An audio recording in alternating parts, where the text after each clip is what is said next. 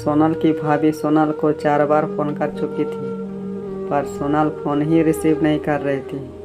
बाद में जब सोनल किचन से बाहर आई तो देखा उसकी भाभी के 4 मिस कॉल है लगातार। ये देखकर वो घबरा गई, क्योंकि उसकी भाभी को पता होता है कि अगर सोनल 2 बार में फ़ोन नहीं उठाती है तो इसका मतलब यही है कि वो अपने काम में व्यस्त है और या फिर फ़ोन से दूर है।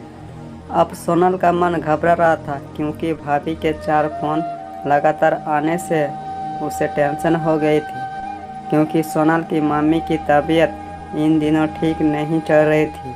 अभी 2 दिन पहले ही सोनल अपने मम्मी से मायके में मिलकर आई थी। फिर भी सोनल ने हिम्मत करते हुए अपनी भाभी को फ़ोन लगाया, और फ़ोन जैसे ही भाभी ने उठाया तो सोनल रोते हुए कहा, दीदी, मम्मी जी हमें छोड़कर चली गई है। रात को अच्छे से सोई थी।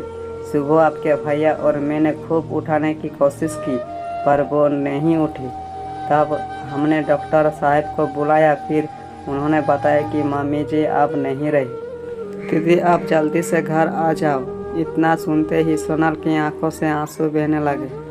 पापा तो पहले ही उसे छोड़कर जा चुके थे और अब उसकी माँ भी नहीं रही। सोनल तो बिल्कुल बेहाल हो चुकी थी। अब सोनल ने रोते रोते यह बात सक्षम उसके पति को बताया तो सक्षम ने उसे संभाला और उसे जल्दी से कार में बिठाकर मायके ले गया। सोनल जैसे ही अपने घर पहुंची तो अपनी मां के शरीर को देखकर उससे लिपट गई और खूब रोई।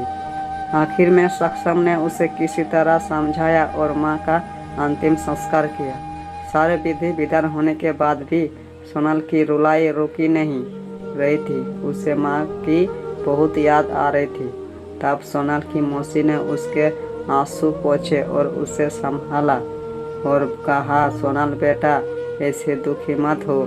दीदी नहीं रही तो क्या हुआ, मैं हूँ ना तेरी मौसी। मेरा घर भी तेरा मायका है। तेरा जब मन करे तब आ जाना आपकी मौसी के पास। वैसे कहते भी तो है ना, मौसी मतलब माँ जैसी। बेटी, मैं तेरा दर्द समझ सकती हूँ।